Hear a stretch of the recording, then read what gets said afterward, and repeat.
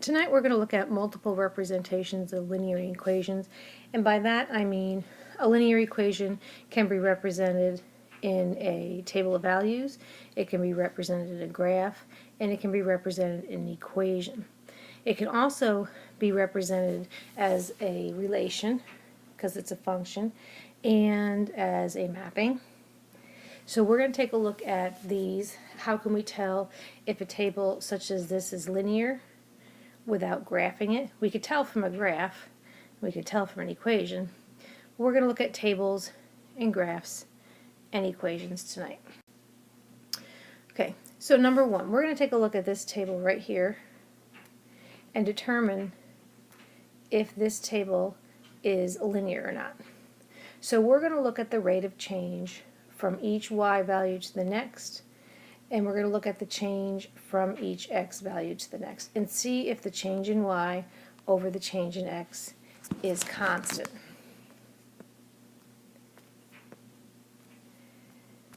So if we call this column the change in y and this column the change in x, is the change in the y values and the change in the x values constant? And if we look at the change in y, which is negative 15, and the change in x, which is 2, all of those fractions, negative 15 over 2, negative 15 over 2, negative 15 over 2, are constant. So that means that this equation is linear because it has a constant rate of change. So we're going to write that down here. This equation is linear. This table of values is linear because the change in y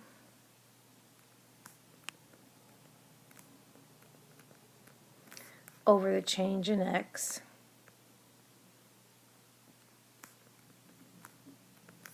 is constant. It means that all of those fractions are equivalent.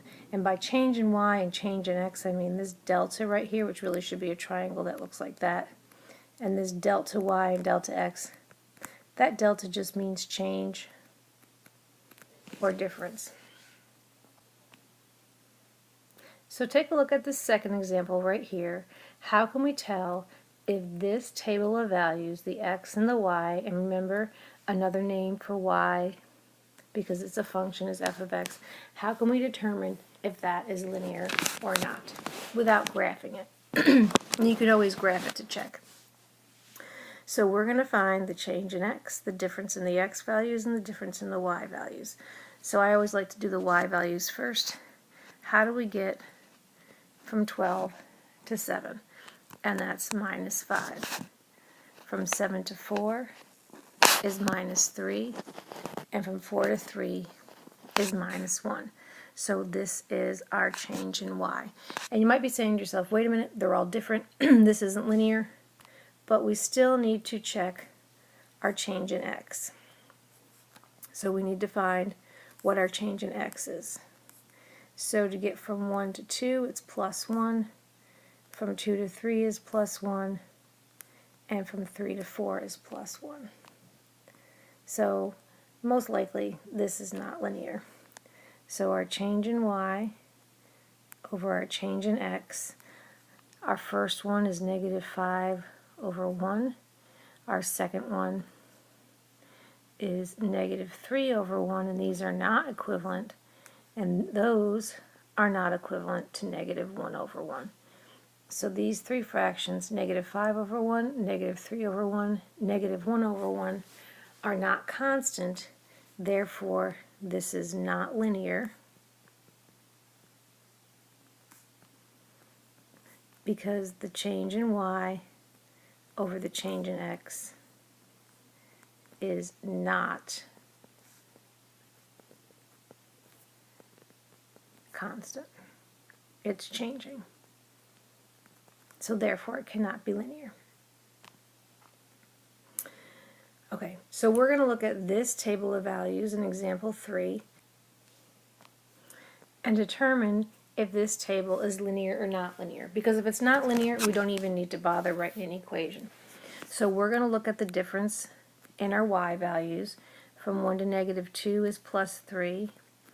from 2 to 11 is plus 9, and from 11 to 17 is plus 6.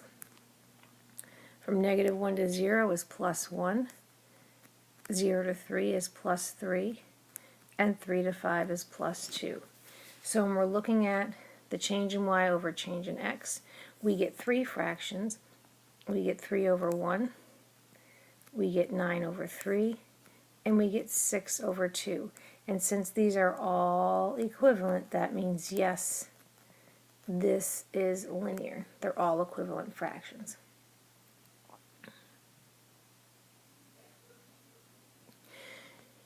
So what we need to do is figure out how do we know when the y-intercept is given. So we're going to look at the table of values and find when x equals 0, because that tells me it's going to hit the y-axis. So I'm looking for an ordered pair, and it's right here when x equals 0. So I'm going to jump over to step 2. Our y-intercept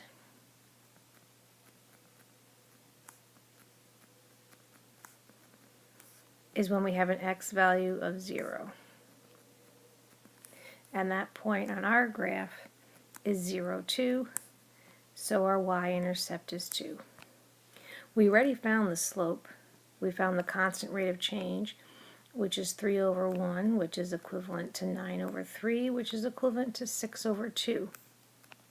And they all simplify to 3. So we have a slope of 3, and we have a y-intercept of 2. And that's all we need to write our linear equation. Our equation in slope-intercept form is y equals mx plus b. I'm going to leave y alone. I know that my slope is 3. I'm going to leave x alone. And I know that my y-intercept is 2. So this is my equation for a line in slope-intercept form that matches this table up here. So this table and this equation represent the same line. And we can graph this, and it will be linear. You can graph this table of values on your calculator, and you can plug this in your calculator, and you will get the exact same graph. So if we look at this next example, here's the problem. We're trying to find the slope, which is easy, the change in y over the change in x, but we're looking for an x value that equals 0, and I don't have any. So how am I going to find that? Well, our starting point is to find the slope. So again, what is our change in y? And this is minus 4. From 6 to 2 is minus 4. From 2 to negative 2 is minus 4. From negative 3 to negative 1 is plus 2. Negative 1 to 1 is also plus 2, and 1 to 3 is plus 2. So we've answered part 1. We have a slope of negative 4 over 2, which gives us a slope of 2. So my change in y, which was negative 4, over my change in x, which is 2. So my slope is negative 2. Now I need to find the y-intercept. So I'm going to pick a point from over here, and I'm going to pick this positive point. I'm going to pick the point 1, 2. So that means that my x value is 1 and my y value is 2, and I know that my slope from part 1 is negative 2. So I can use these variables to plug it into the slope-intercept form. Since I know what y is, I know what m is, I know what x is, then I can figure out what b is. So for y, I'm going to plug in 2. For my slope, I'm going to plug in negative 2.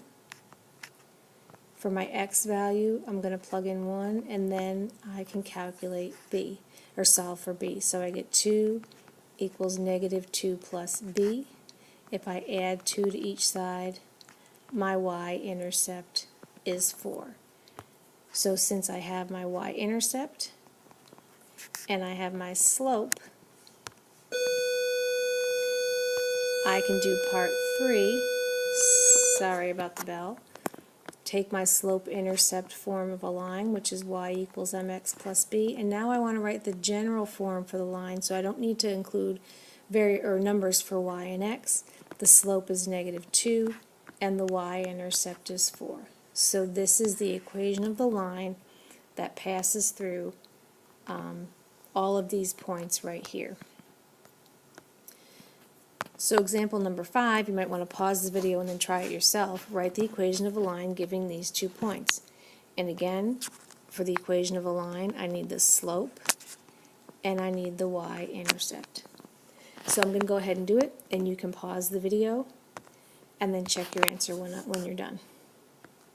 So step 1, I'm going to find the slope, and in this case I can just use the slope formula. It's y2 minus y1 over x2 minus x1, and that's going to give me 9 over 3, so my slope is 3.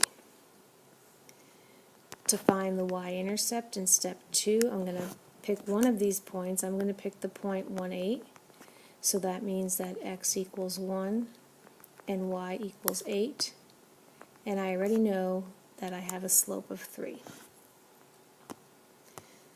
So in step 3,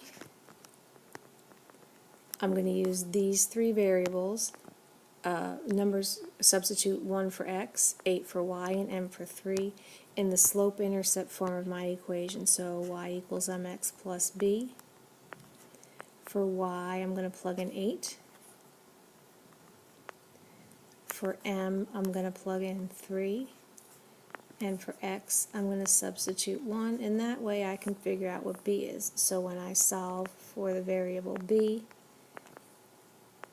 sorry, that's a plus, subtract 3 from each side, I get my y-intercept as 5. So I can write my equation as y, plug in 3 for the slope, and 5 for the y-intercept. Okay, at this point you can go ahead and fast forward to the video questions. I had to fix this slide, so there's a lot of dead air after this. So go ahead and fast forward to the 2 video questions at the end.